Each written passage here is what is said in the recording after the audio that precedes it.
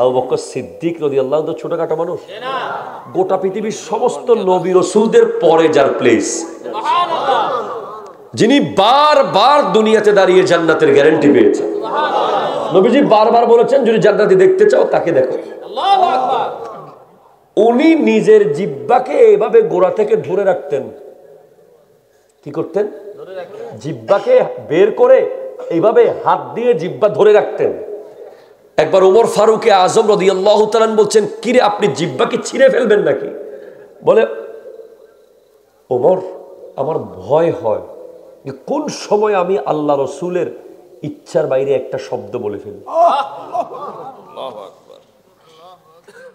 এমন মানুষ যদি এমন চিন্তা করে, আমরা কিভাবে গান গাইব? কথা বলেন না। আমরা কিভাবে ক্রিকেট খেলার গল্প করে করে সময় কাটাবো? আমরা কিভাবে ফুটবল খেলার কথা বলে বলে দিন কাটাবো? আমরা কিভাবে গীবত করব? আমরা কিভাবে গালি দেব?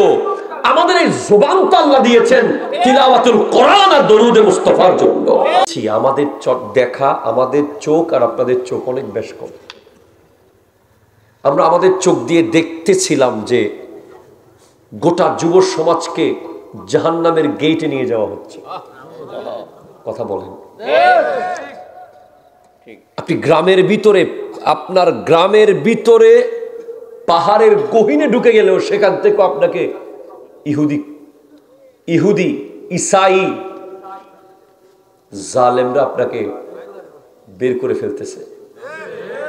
ইন্টারনেট, ওয়াইফাই, স্মার্টফোন, এই টোটাল ব্যাপারটা এমন একটা ভয়ঙ্কর জালের মধ্যে আমরা পড়ে যাচ্ছি নিয়মিত, যেখান থেকে বের করে আনার জন্য আমার মতো আরো 1000 জয়নুল আবেদিন দরকার। আপনি শুনলে অবাক হবেন। আমার ওয়াজ মাহফিল তো এগুলো আছে, আপনারা আমার পেজে দেখেন। বেশিরভাগ সময় আমাকে ঢাকা চট্টগ্রাম আসা যাওয়ার পথে বা বিভিন্ন জায়গায় পার্সোনাল কাউন্সিলিং করতে হয়। কাউন্সিলিং, ধরেন 5 জন যুবককে নিয়ে বসলাম, এই 5 জনের পার্সোনাল কি কি প্রবলেমে তারা ভুগছে। কেউ এডিক্টেড হয়ে গেছে ড্রাগ, কেউ এডিক্টেড হয়ে গেছে নারীতে, কেউ এডিক্টেড হয়ে গেছে সোশ্যাল মিডিয়ার গেমে, কেউ ক্যাসিনোতে। ওদেরকে বিভিন্ন রকম করে কোরআন সুন্নাহ বুঝিয়ে আমরা বের করার চেষ্টা করছি। সুতরাং আমি আপনাদের প্রতি গ্রেটফুল, আপনারা যারা বসেছেন সবাইকে আবারও সালাম। আসসালামু আলাইকুম ওয়া রাহমাতুল্লাহি ওয়া বারাকাতুহু।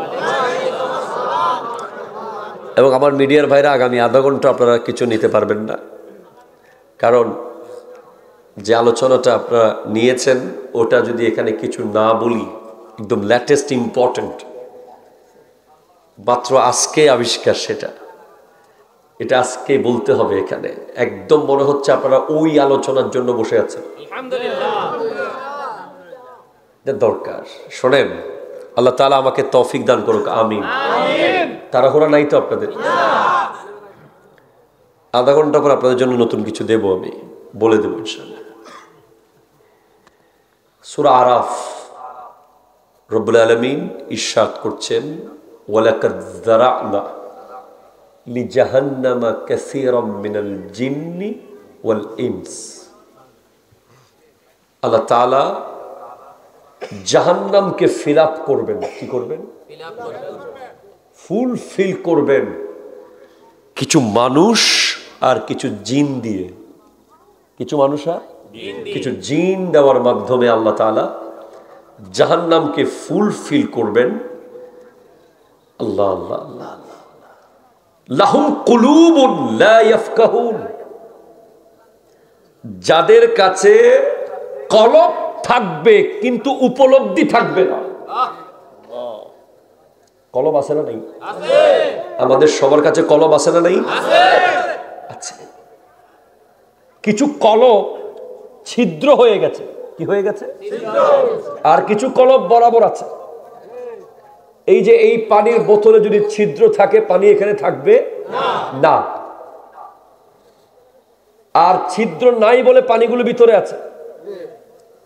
আপনাদের কলবগুলোতে, আমাদের কলবগুলোতে এমন কিছু ছিদ্র আছে যেগুলো ওয়ার্ল্ডের সবচেয়ে বড় হার্ট সার্জনের পক্ষেও ওই ছিদ্র ভরাট করা সম্ভব নয়, একমাত্র সম্ভব এই প্যান্ডেলের নিচে। সেজন্য you have to see the programme as a hospital. এটাকে আপনি শুধু মাহফিল মনে করবেন না, এটাকে আপনি হাসপাতাল মনে করেন, যেখানে চিকিৎসা চলছে। ডক্টর একের পর এক বিভিন্ন ওয়েতে ট্রাই করছে আপনাকে চিকিৎসা করতে। মারহাবা বলবেন না?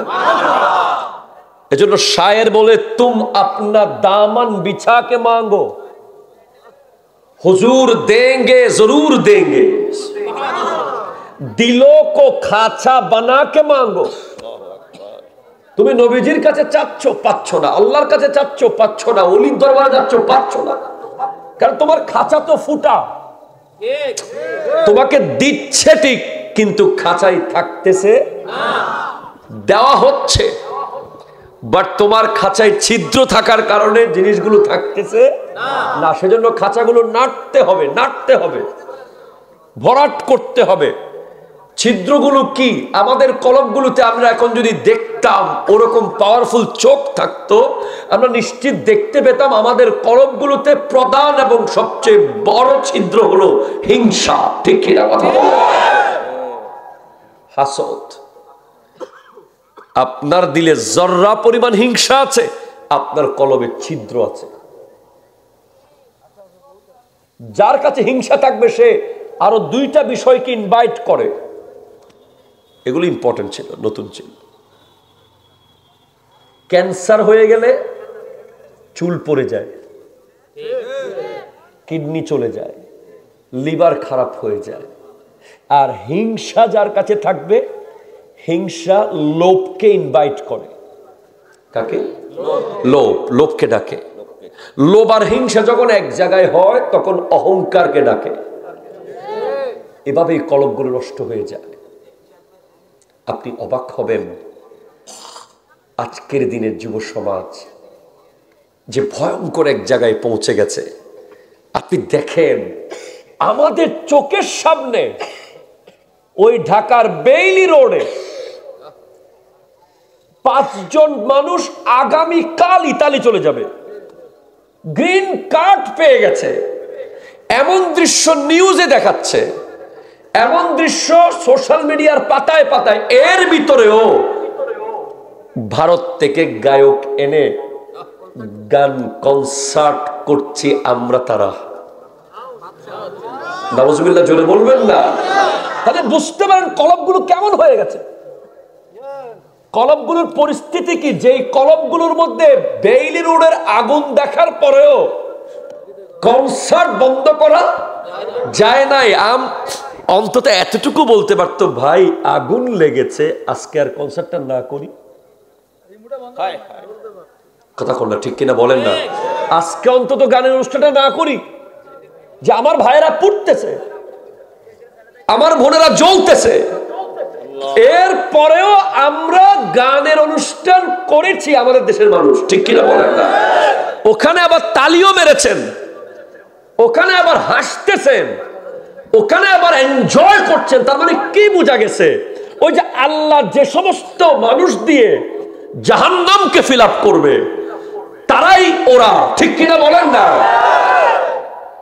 কারণ তাদের কলব আছে, উপলব্ধি ভাই ভাই ওখানে ছিদ্র।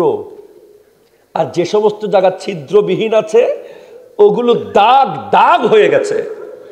আমার নবী বলেন, যে ব্যক্তি কোনো গুনাহ করে, একটা গুনাহ করবে, কলবে একটা দাগ পড়বে, কালো দাগ। তাদের চোখ আছে, দেখে না। তাদের কান আছে, শোনে না। কেন শুনেন না আপনি? আপনি কি জানেন না যে পৃথিবীর সমস্ত বিজ্ঞান একসাথে করেও আজকে পৃথিবীর সৃষ্টির পর থেকে আজকের দিন পর্যন্ত মাত্র 3 হাত মাটির নিচে কি হয় সেই তথ্য দিতে পারে নাই। অথচ এখান থেকে লক্ষ লক্ষ মাইল দূরে চাঁদে কি হয়, মঙ্গলে কি হয় খবর দিচ্ছে, ছবি দিচ্ছে, স্যাটেলাইট যাচ্ছে, নবযান পাঠাচ্ছে। কিন্তু সামান্য 3 হাত নিচে আমার দাদা, আপনার বাবা, আপনার মা কেমন আছে এই নিউজ পৃথিবীর কেউ দিতে পারছে না। আমরা ওই জাতি যারা টাকা খরচ করে কনসার্টে যাই, কথা কয় না, ঠিক কিনা বলেন না? আমরা ওই জাতি যারা টাকা খরচ করে কনসার্টে যাই, টাকা দিয়ে স্টেডিয়ামে যাই, টাকা দিয়ে ক্রিকেট খেলা দেখতে যাই, টাকা দিয়ে ফুটবল খেলা দেখতে যাই। শুধু দেখতে যাই না, টাকা দেওয়ার পরেও আবার অনেক মামা খালাকে পায়ে ধরতে হয় ঢোকার জন্য। অথচ আমার আল্লাহ মসজিদগুলো খোলা রেখে দিয়েছেন। আমার আল্লাহর ঘরগুলো খোলা বিনা পয়সায়। 1 টাকা আপনার কাছে কেউ নিছে মসজিদে ঢোকার জন্য?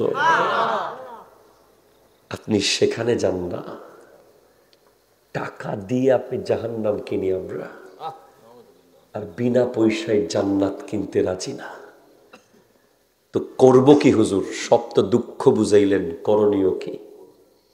করণীয় হলো রজবু শাহরুল্লাহ ও শাবানু শাহরি ও রমাদানু উম্মতি। আল্লাহু আকবার। নবীজি বলছেন রজব হলো আল্লাহর মাস, শাবান হলো নবীর মাস, রমজান হলো উম্মতের মাস। আমি আপনাদেরকে খুব শর্টকাটে কথা বলছি। আল্লাহ চান না আমরা কেউ জাহান্নামে যাই। আয়াতে তো আমি আপনাকে শোনাইলাম যে আল্লাহ জাহান্নামে কিছু মানুষ আর জিনকে রেডি রাখছেন জাহান্নাম পুরানোর জন্য, কিন্তু আল্লাহ চান না যে আমরা জাহান্নামে যাই। আপনি উসুলুস শাসি পড়লে বুঝবেন, সিয়াক সবকের কায়দা আছে, যেখানে মানায়ে হাকিকি বর্জন করা হয়। কাত্তুত্রাকু হাকাইকুল আলফাজ একটা অধ্যায় আছে। মারা আমাদেরকে কি বলে? তুই খাইলে কা না খাইলে না কা, কথা কোন ঠিক কিনা? এর মানে কি তুই খাইস না, এটা আরো বেশি খা। তুই খাইলে কা না খাইলে না কা মানে তুই আরো সিরিয়াসলি খাওয়ার জন্য বলা হয়। নাইলে না আসেন। আমি একটু আগে আপনাকে বলছি না বসলে বসেন, নাইলে চলে যান। তার মানে আপনাকে আরো সিরিয়াসলি বলছি, বসতে বলছি। যে কথা বুঝেন নাই? আল্লাহ জাহান্নামে দেওয়ার যে কথা বলেছেন, এটা মানে আমাদেরকে আরো বেশি সতর্ক হয়ে জান্নাতে নেওয়ার কথা। কারণ আল্লাহ যদি আমাদেরকে জাহান্নামে দেওয়ার ইচ্ছা থাকতো, তাহলে আল্লাহ লাইলাতুল কদর দিতেন না, তাহলে আল্লাহ মাহে রমজান দিতেন না, তাহলে আল্লাহ সূরা ইখলাস দিতেন না। সবগুলোই সূরা বাকারার মতো বড় বড় থাকতো। আপনারা আমরা কেউ মুখস্থ করতে পারতাম না, যারা আমরা জেহেন কম, আমগো যাদের। এখন সূরা ইখলাস, বিসমিল্লাহির রহমানির রহিম, কুল হুয়াল্লাহু আহাদ আল্লাহুস সামাদ লাম ইয়ালিদ ওয়া লাম ইউলাদ ওয়া লাম ইয়াকুল লাহু কুফুয়ান আহাদ। কোরআন শরীফের 3 ভাগের 1 ভাগ পড়া সওয়াব পেয়ে গেলেন। সুবহানাল্লাহ। খেয়াল করছেন আপনি বিষয়টা? Ready start, important all of you. আপনি খেয়াল করেন তো, জান্নাত জান্নাত জান্নাত, এটা করতে হবে, ওটা করতে হবে, এটা করতে হবে, এমন কত কথা শুনছেন না? জান্নাতে কেমনে যাবেন? আপনি ইউটিউবে ঢুকেন জান্নাতে কেমনে যাব, এটা শোনার জন্য এই কথা লিখলে আপনি হাজার হাজার তথ্য পাবেন। কথা বল না? অবশ্য আমি আপনাকে শুধু 2টা ছোট্ট কাজ, এই 2টা কাজ এমন কাজ যে লেখার জন্য, যে জান্নাতে যাওয়ার জন্য 2টা, এটা লেখার জন্য এতটুকু কাগজ যথেষ্ট। সুবহানাল্লাহ বলবেন না? সুবহানাল্লাহ। ফার্স্ট আমি আপনাকে বলি তো ভাই, শোনেন। আচ্ছা, আপনাদের এখানে বিল্ডিং ঘর বানায় না? একটা একতলা ঘর বানাইতো এখন 50-60 লাখ টাকা দরকার হবে, কোনো ফাউন্ডেশন ছাড়া যদি একতলা ঘরও বানাই, লাগবে না 50 লাখ টাকা? লাগবে। পৃথিবীতে কত দামি দামি ঘর। আপনি আর একটু শহরের দিকে যান, 10 তলা। একটু ঢাকার দিকে যান 20 তলা, আর একটু বিমানে উঠে দুবাই যান, ওই যে ব্রুস খলিফা আছে না, কয় তালা হবে? 120-এর উপরে, 165। 165। সামনে অন্যান্য দেশ চ্যালেঞ্জ নিচ্ছে যে 250 তালা বানাবে, বানাক। এরকম 2500 তালা বানালেও জান্নাতের এক কোণা সমান হবে? কি বলেন না? হবে? হবে। যে 2500 তালাও বানান, 2500 তালার প্রতি তালায় তালায় এসি দেন, যত রকম ফ্যাসিলিটিস আছে সব দেন, এরপরেও তো 60 বছর বেশি থাকতে পারবেন না। আমি ধরে নিলাম যে জান্নাতে যা যা আছে আপনি আর্টিফিশিয়াল সব চেষ্টা করেছেন করার জন্য, থাকতে তো পারবেন না। কারণ আল্লাহ বলছেন উলাইকা হুমুল ওয়ারিসুন, ওরা হলো চালাক ওয়ারিস, চালাক যারা, আল্লাযিনা ইয়ারিসুনাল ফিরদাউস, যারা জান্নাতুল ফেরদাউসের ওয়ারিস হয়েছে। তামতার জমির ওয়ারিস না, শাহরাস্তির বাড়ির ওয়ারিস না, হাজীগঞ্জের দোকানের ওয়ারিস না, গুলশানের ফ্ল্যাটের ওয়ারিস না, ব্রুস খলিফার 5 স্টারের ওয়ারিসের কথা বলা হয় নাই। বলা হচ্ছে তুমি জান্নাতে 1 খণ্ড জমি নাও, তুমি জান্নাতের ভিতরে 1 খণ্ড জমির ওয়ারিস হয়ে যাও। হুম ফিহা খালিদুন, এই দলিলের কোনো মেয়াদ নাই, আনলিমিটেড মেয়াদ। এই মালিকানার কোনো শেষ। পৃথিবীর জমিতে আমার পোলা অটো আসতেছে, আমার পোলাপর নাতি অটো মালিক, কথা কন না, ঠিক কিনা বলেন? আপনি লিখে দিলেও মালিক, না দিলেও মালিক হয়ে যাবে, মরে গেলেই মালিক। কিন্তু জান্নাতের 1 খণ্ড জমির মালিক যদি আপনি হতে পারেন, আপনার মরারও সুযোগ নাই, কেউ মালিক হওয়ারও সুযোগ নাই। তো কি করবেন আপনি? দেখেন ইসলাম কত সহজ। ইসলাম কি কঠিন না সহজ? ইসলাম একদম সহজ। নবীজি বলছেন মান ইয়াজমান লি মা বাইনা লিহিয়াইহি ওয়া মা বাইনা রিজলাইহি আজমান লাহুল জান্নাহ। সুবহানাল্লাহ। ওয়ারাত কষ্টন না বাজি আই, কিন্তু ফজরত মাদ্রাসা শুরু করছি সকাল 8টার তুন, এখনো হল্লাইবে না পরে, মানে সরি সিডেঙ্গে ভাষা কইতে ন বুঝানো না, মানে সকাল 8টায় মাদ্রাসায় ঢুকছি, বরাবর 8টায় গিয়ে ফিঙ্গার দিয়েছি, ফিঙ্গার। তখন থেকে এখন পর্যন্ত মেশিন চলতেছে, শুধু এখনো এই মেশিন সোজা হইতে পারে নাই, এভাবে এভাবে সোজা আছে। সেই ঢাকায় পৌঁছে, আল্লাহ যদি বাঁচায়, ঢাকায় পৌঁছে একটু সোজা হবে, তাও একটু পৌঁছতে পৌঁছতে ফজর হয়ে যাইব, আবার জুমার টাইম হয়ে যাব, খতিব ঘুম আসেনি। এরকম 50টা মাহফিলের পেশা আর একটা জুমার পেশা, যদি মসজিদ সেরকম হয়। আবার যেখানে মসজিদ, ঢাকা খিলগাঁও, একদিন যায়েন, আল্লাহ তৌফিক দান করুন। ভাই যেখানে ছিলাম, নবীজি বলছেন মান ইয়াজমান লি মা বাইনা লিহিয়াইহি ওয়া মা বাইনা রিজলাইহি, বলবেন না, আজমান লাহুল জান্নাহ। যে ব্যক্তি 2টা অঙ্গ আমি নবীর জিম্মায় রাখতে পারবে, আপনি এই অঙ্গগুলো কেটে নবীকে দিয়ে দিবেন না, অর্থাৎ এই অঙ্গগুলো ইউজ করার ক্ষেত্রে আপনি নবীজির কথা ভাববেন, এই অঙ্গগুলোর ব্যবহার করার ক্ষেত্রে আপনি আল্লাহকে চিন্তা করবেন। আপনি আল্লাহ এবং নবীর কথার বাইরে, আল্লাহ এবং নবীর কথার বাইরে এই 2টা অঙ্গ আপনি ইউজ করবেন না। এটা যদি আপনি এনশিওর করতে পারেন, নবী বলছে তোর জান্নাতের গ্যারান্টি আমি। বেশি কঠিন হয়ে যাবে কথাগুলো, কাজগুলো বেশি কঠিন। 2টা অঙ্গ, একটা হলো 2 ঠোঁটের মাঝখানে জিহ্বা, কি জিহ্বা, আর একটা হলো 2 রানের মাঝখানে লজ্জাস্থান। এই 2টা অঙ্গ, যে 2 অঙ্গের মধ্যে কোনো হাড্ডি নেই, এই 2টা অঙ্গ যদি আপনি আল্লাহ এবং রসুলের কথা মতো চালাতে পারেন, তাহলে নবী আপনাকে জান্নাতের দলিল নিয়ে এভাবে দিয়ে দিবে, যা। কাজটা অনেক কঠিন। আচ্ছা বলেন এবার আপনি এই মুখকে কন্ট্রোল রাখতে কি টাকা খরচ হবে? নামাজ পড়তে গিয়ে আপনাকে কত কিছু খরচ করতে হইল, জায়গা কিনতে হইল, ওই জায়গায় মসজিদ বানাইতে হইল, মসজিদ বানানোর পরে ইমাম সাহেব হুজুরের হাদিয়া আছে, খতিব সাহেব হুজুর আমার মতো হলে তো বেশি বড় হাদিয়া, মসজিদের টাইলস, মাইক, লাইট, ফ্যান, অনেক কিছু করেছেন না? করেছেন। তবে আগে আপনাকে এই দুইটা ঠিক করতে হবে। এরপর আপনার জন্য রমজান, এরপর আপনার জন্য নামাজ, এরপর আপনার জন্য শুক্রবারের রাত, আজকে রাত, এরপর আপনার জন্য লাইলাতুল কদরের রাত, এরপর লাইলাতুল বরাতের রাত, এরপর 2 ঈদের রাত। আপনার এই 2 অঙ্গ যদি ঠিক না থাকে, আপনি শত নামাজ পড়েন, শত জিকির করেন, শত যাই করেন, ওগুলোর কোনো আসর আপনার হবে না।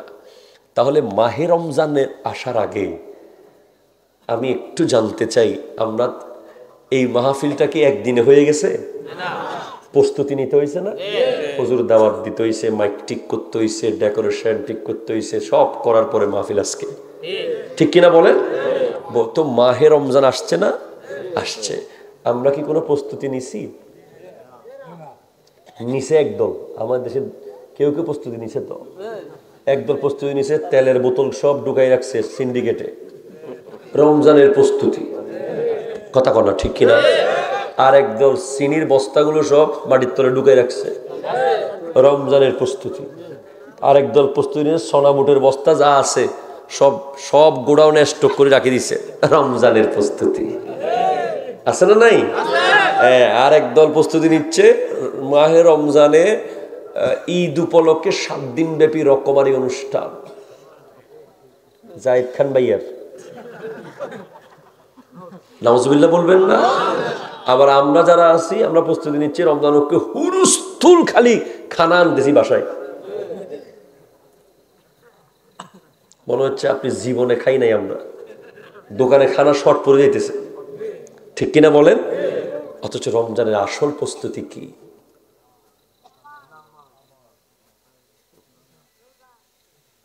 রমজানের আসল প্রস্তুতি আমরা শেষের দিন কি করব? চলে গেল, আহা কোন দিকে সারা সন্ধান চলে গেছে, আবার কখন আসবে? আপনি কেন বুঝেন না? দোকানে যখন অফার দেয় যে এই টি শার্টে 50% অফ, কাস্টমার অভাব হয়?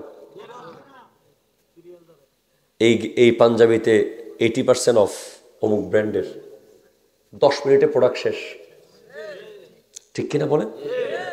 তো আল্লাহ আমাদেরকে একটা অফার দিছে, বন্ধ সিম খুললেই 200 জিবি। আছে না নাই বলেন? মাহে রমজান, সুবহানাল্লাহ বলেন না? রমজানের প্রস্তুতি হিসেবে আমরা আমাদের কি প্রস্তুতি আছে দেখি। আমার যুবক ভাইরা একটা পেদারান, মাশাআল্লাহ, রমজান আসার আগে আমাদের কি কি প্রস্তুতি নেওয়া উচিত বলে মনে করেন? আমাদের ঈমান ও আখলাস ঠিক রাখতে হবে, যাতে আমরা 30টা রোজা ঠিকমতো রাখতে পারি। ঈমান ও ইখলাস, একটা সুন্দর শব্দ এসেছে, ইখলাস, একনিষ্ঠতা।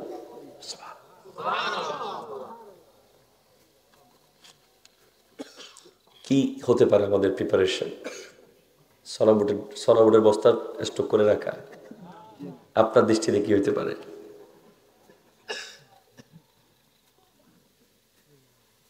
যাই হোক, আপনি বলতে চাচ্ছেন না, ঠিক আছে, থ্যাংক ইউ। আপনি বলেন। হ্যাঁ, আপনি, কোনো অসুবিধা নেই, শুধু ওয়াজ আমরা করবো নাকি আপনারাও করতে হবে? তাহাজ্জুদের নামাজ পড়ার আপনি নিয়ত করেছেন, মাশাআল্লাহ। যাই হোক, আমরা দুজন মানুষ থেকে শুনলাম রমজানের প্রথম প্রিপারেশন হবে আমি জিহ্বা আর লজ্জাস্থানকে হেফাজত করব। কথা কর না, ঠিক কিনা বলেন না? বলেন না, বলেন না। জিহ্বার হেফাজতের মধ্যে কি কি পড়বে আপনি দেখেন। সিদ্দিক আকবরের মতো ব্যক্তি, ছোটখাটো মানুষ উনি? আবু বকর সিদ্দিক রাদিয়াল্লাহু আনহু ছোটখাটো মানুষ? গোটা পৃথিবীর সমস্ত নবী রাসূলদের পরে যার প্লেস, যিনি বারবার দুনিয়াতে দাঁড়িয়ে জান্নাতের গ্যারান্টি পেয়েছেন।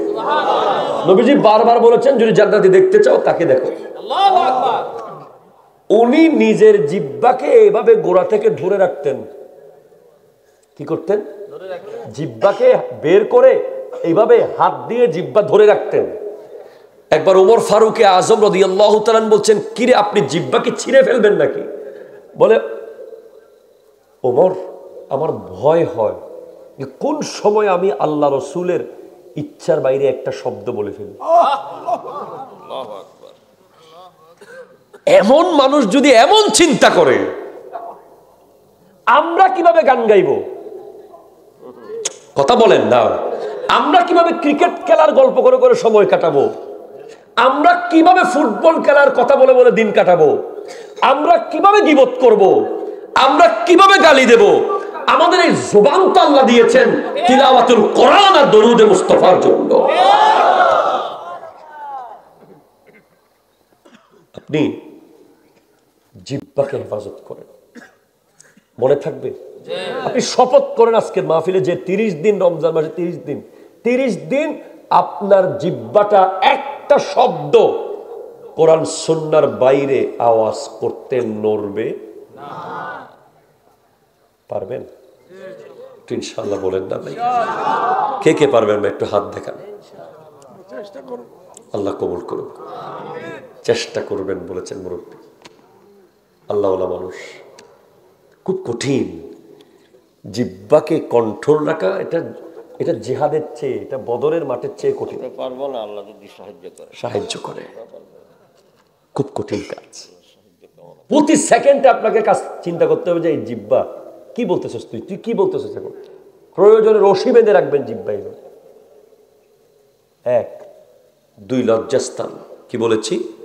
লজ্জাস্থান, যেটার কারণে আপনি অনলাইনে অশ্লীল দৃশ্য দেখেন, আপনি সিনেমায় মত্ত হয়ে যান, নাটকে মগ্ন হয়ে যান, বেগানা নারীর দিকে আকর্ষিত হন। এটার থেকে দূরে থাকতে হবে, ঠিক কিনা বলেন? 3 নাম্বার 3, যত রকম গুনাহ আপনার লাইফে এখন আছে, আপনি আজকের মাহফিল থেকে গিয়ে কালকে লিস্ট করবেন। করতে হবে আপনাকে, কারণ অফার আগামী বছর এই অফার নাও আসতে পারে। গত বছর রমজানে ছিল, এই বছর নাই, এরকম হাজার হাজার মানুষ আছে না নাই? কথা বলেন, লক্ষ লক্ষ মানুষ আছে না নাই? চলে গেছে, আর জীবনে দেখবে না সেই মুহূর্ত। আমি একটু আগেই বলেছি যে রমজানে যারা পারফেক্টলি জিহ্বাকে হেফাজত করে, লজ্জাস্থানকে হেফাজত করে, চোখকে হেফাজত করে, কানকে হেফাজত করে, গোটা বডির প্রত্যেকটা অঙ্গকে ঠিকভাবে কোরআন সুন্নাহ মতো চালিয়ে রোজা রাখতে পারে, তারা ইফতারি যখন সামনে নেয়, যেই ফিলিংস তাদের হয়, বিশ্বের কোথাও এই ফিলিংস আপনি পাবেন না। হয়তো জান্নাতে পাবেন। আমার নবী বলেছেন, লিসায়েমে ফারহাতান, রোজাদারের জন্য 2টা খুশি। 1, ফারহাতুন ইনদা ফিতরিহি। 2, ও ফারহাতুন ইনদা লিকাই রাব্বিহি। 1 নম্বর খুশি হলো ইফতারের মুহূর্তের খুশি। যে সময় আপনার সামনে ইফতার, আপনি মালিক, আপনি ঘরের মালিক, আপনি টাকার মালিক, আপনি ইফতারের মালিক, আপনি অপেক্ষায় আছেন আজান পড়ছে কিনা, আজান পড়ছে কিনা, বারবার কান লাগাচ্ছেন আজান পড়ছে কিনা, আবার ঘড়ি দেখছেন আজান পড়ছে কিনা। তো এদিকে আপনি ইফতার আজানের অপেক্ষায় খাচ্ছেন না, আর ওদিকে আপনার রব ফেরেশতাদেরকে বলছে, এই তো তোরা মানা করেছিলি এদেরকে না বানাতে, দেখ তারা আমার ভয়ে ইফতার টাচ করে না। আপনার রব এত খুশি হয়। এজন্য আমার আপনার রব এই রমজানে জাহান্নামের গেটগুলো বন্ধ করে দেয়, জান্নাতের গেটগুলো খুলে দেয়, কবরের আযাবগুলো মাফ করে দেয়, ফরজ পড়লে 70 গুণ সওয়াব দেয়, নফল পড়লে ফরজের সমান সওয়াব দেয়, প্রতিদিন সকাল বিকাল লক্ষ লক্ষ গুনাহগারকে মাফ করে দেয়। কারণ আপনার রব যখন আপনাকে আমাকে বানাচ্ছে, ও ইয ক্বালা রাব্বুকা লিল মালাইকাতি ইন্নী জাইলুন ফিল আরদি খলিফা, সুবহানাল্লাহ, হুজুর শেষ করে দেব কোনো হুজুর দরুদ শরীফ পড়েন আল্লাহুম্মা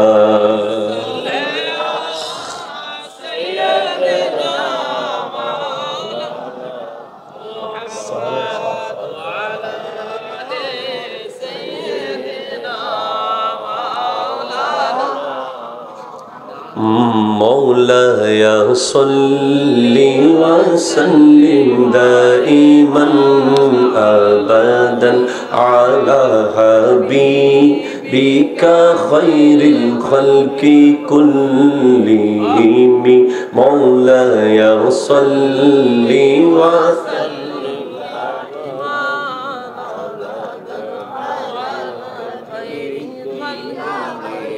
خلق كلهم محمد سيد الكونين والثقلين محمد سيد الكونين والثقلين والفريقين من عرب ومن أجم مولاي صل على حبيبك خير الخلق كلهم هو الحبيب الذي ترجى شفاعته هو الحبيب الذي ترجى شفاعته لكل حول من الأحوال مقتحم مولاي صل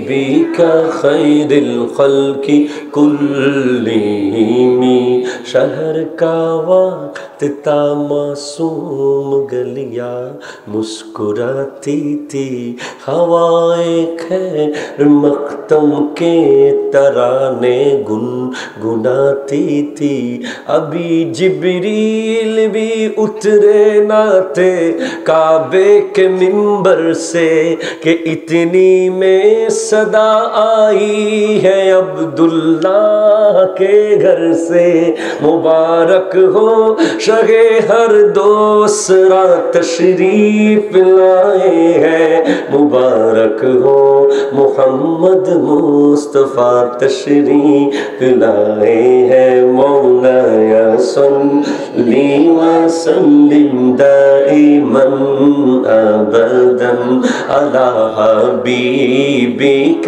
خير الخلق كلهم سبحان الله বলেন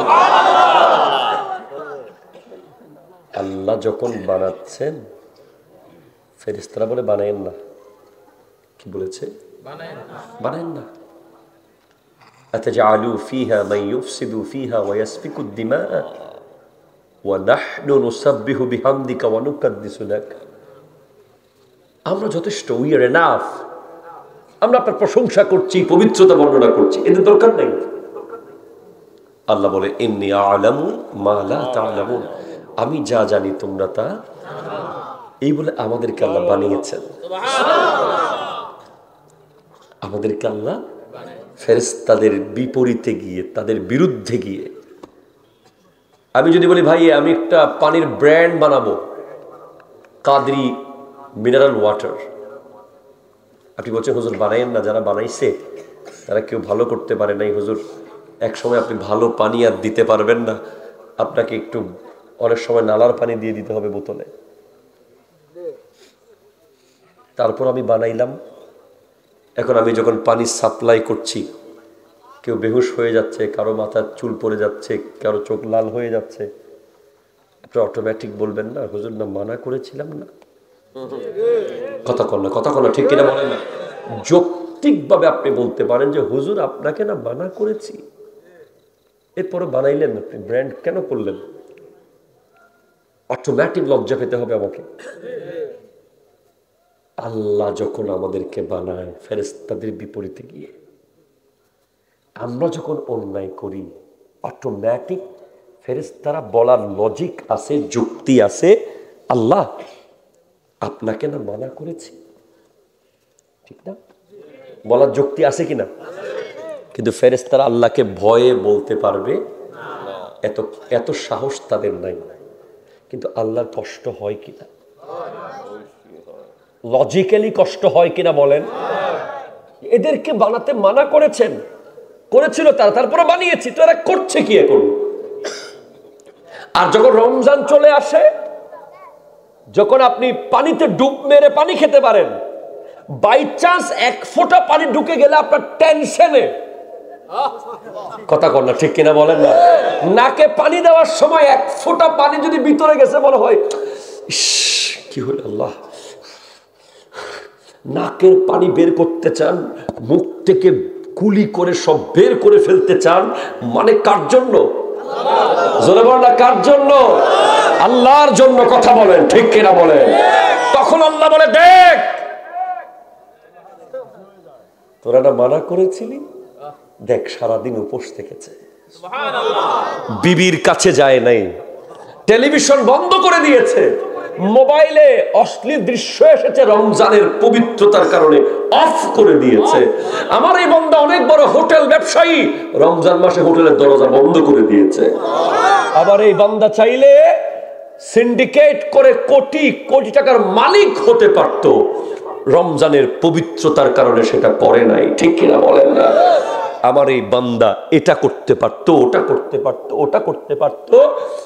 আমার এই বান্দিনী আছে, মহিলারা আছে, রমজানে বেগানা পুরুষের সামনে যেতে হবে বলে আগে বাগে শপিং করে বাজার সাজার করে ফেলেছে, রমজানে যেন মার্কেটে মার্কেটে ঘুরতে না হয়, ঠিক কিনা বলেন না? বেগানার সামনে গিয়ে যেন ইফতার করতে না হয়। দেখ এইভাবে একে একে আল্লাহ দেখাবেন সেই মাহে রমজানে। হায় হায় হায়, আমাদের প্রত্যেকটা এলাকায় রমজানের প্রস্তুতির একটা প্রোগ্রাম হওয়া দরকার।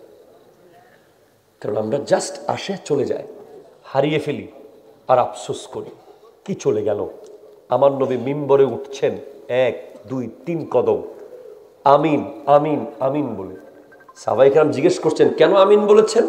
নবীজি বলছেন, প্রথমবার যখন মিম্বরে কদম রাখলাম, জিবরিল আমিন এসে বলে, ইয়া রাসূলুল্লাহ, যে ব্যক্তি তার বাবা মাকে পেল, জান্নাত নিশ্চিত করতে পারল না, তার উপরে লানত, আমি নবী আমিন বলেছি। এরপরে 2, যে ব্যক্তি মাহে রমজান পেল, নিজেকে সম্পূর্ণ পবিত্র করতে পারলো না, গুনাহ মুক্ত করতে পারলো না, নিষ্পাপ বানাতে পারলো না, তার উপরে লানত, আমি নবী আমিন বলেছি। সর্বশেষ যে আমার নাম শুনলো, দরুদ পড়লো না, নাম বলল, দরুদ পড়লো না, তার উপরে লানত, আমি আমিন বলেছি। ভাই, লিসায়েমে ফারহাতান, আমি আপনাকে বলছি, প্রস্তুতি নেওয়ার পরে রোজা রাখেন, প্রস্তুতি ছাড়া হঠাৎ করে রোজা রাখি